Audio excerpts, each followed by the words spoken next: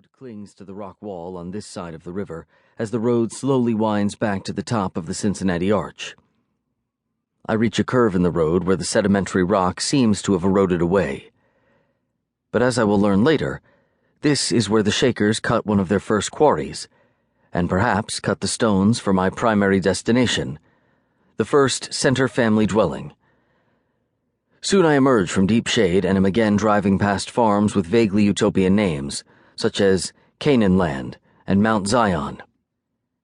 After a few miles, the black plank fences turn to much older stone walls that corral a few drowsing shorthorn steers. In front of one of the walls stands a wooden sign that reads, "Pleasant Hill, we kindly make you welcome." After only 16 miles and 25 minutes, I'm sitting in the parking lot, gazing out at the stone, brick, and clapboard buildings that constitute the most well-preserved Shaker community in the country. For the Shakers, the path to Pleasant Hill was far more arduous. In his classic study, The Communistic Societies of the United States, later leavened to American Utopias, Charles Nordhoff called Shakerism the country's first communistic utopian movement.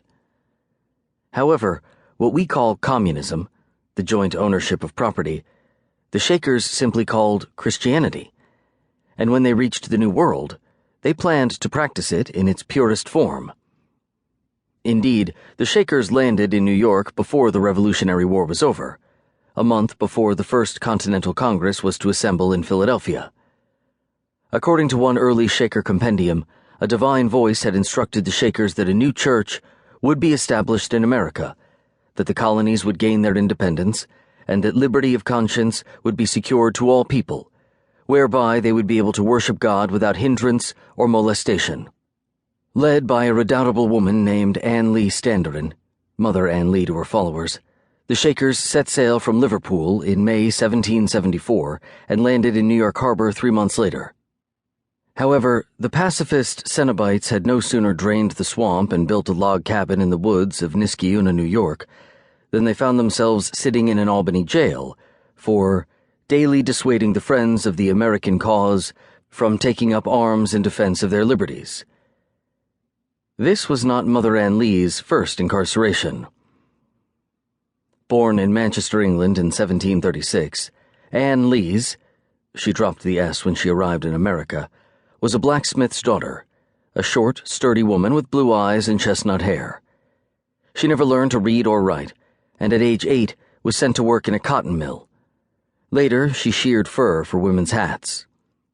In 1761, she married a blacksmith, Abraham Standerin, and quickly gave birth to 4 children, none of whom survived infancy. After the use of primitive forceps nearly killed her as she delivered her last stillborn child, the bereft young woman became convinced that her children's deaths were punishment for her own, as she put it, concupiscence. Thereafter, she avoided her marriage bed as if it had been made of embers. Instead, she spent her nights in anguished prayer, even sweating blood, she later testified, over the sins of the flesh. Her husband, for his part, complained to the local church authorities about what he perceived as his wife's unreasonable austerity.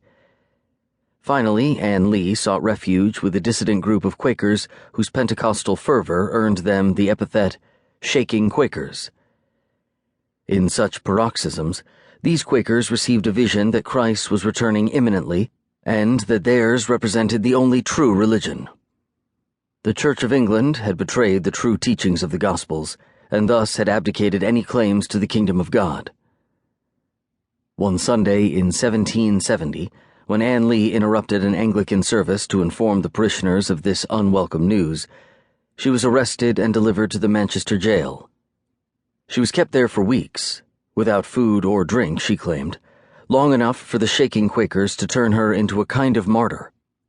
One of her fellow apostates, James Whittaker, later said that he visited Anne Lee's cell each night and slid a straw through the keyhole so she could at least sip milk and wine from a bowl. But the Shaker historian Edward Deming Andrews has pointed out that inmates were kept on the 2nd floor of the Manchester jail, so either Whittaker's straw was the length of a garden hose, or this tale marks the beginning of Mother Anne Lee's hagiography.